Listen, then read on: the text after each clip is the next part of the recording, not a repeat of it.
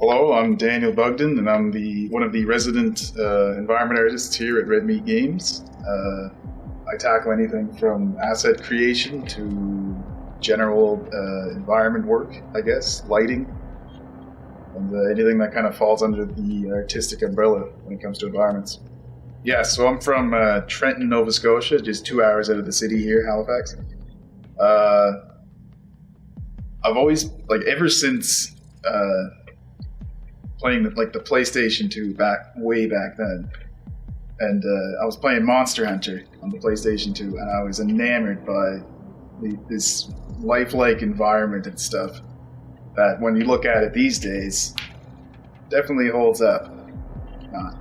But I think that passion definitely drove me to where I am right now, because I never really fell off of video games, for me at least.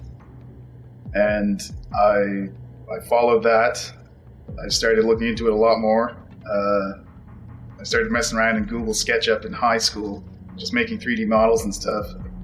Then I took some courses around multimedia and modeling and stuff in high school. Got into college here in Halifax at a old college, Da Vinci College.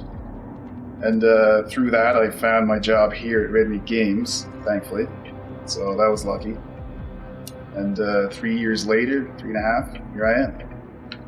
The title I was working on then was Bring to Light. And I was working on that as an environment artist primarily, if not exclusively, I think.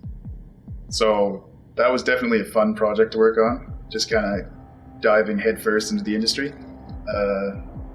Learned a lot, definitely.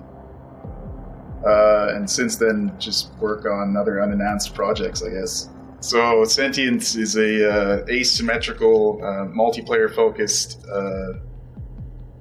game, I suppose.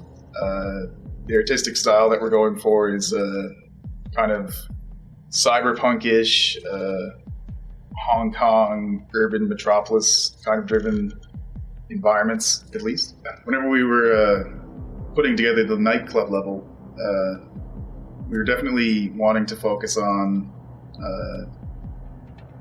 kind of, I guess, a high contrast, darker kind of level, where kind of, I guess, the lighting would shine through more. The hangar level was one of the first ones we actually did,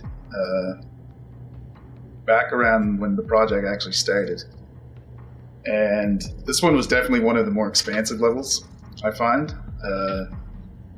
It took a lot of iteration to get things right, but I think the overall result of what we have right now is pretty good. The hangar level was an interesting one to work on because it's kind of a continuation, I guess, of the factory level, and it was nice because it provides kind of an exterior look to the world of Sentience with the open hangar area. So that was definitely fun to work on. The city level, it's definitely one of our more ambitious levels, I'm going to say. It was definitely the most complicated when putting it together, and just the amount of different assets we had to come up with in order to fill the space and make it look like a lived-in city.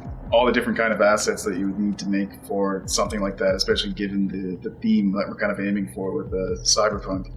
It gave us a lot of interesting choices to make when it came to things that would light the environment.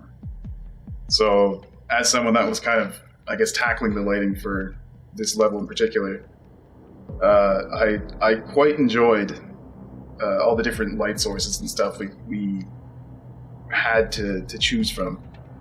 I personally had fun just kind of determining the values and the colors and stuff of the signage in the city and the marketing and all that kind of stuff, just because there's definitely a contrasting color palette, I'd say, in the city, and in certain areas it can definitely pop and look quite nice.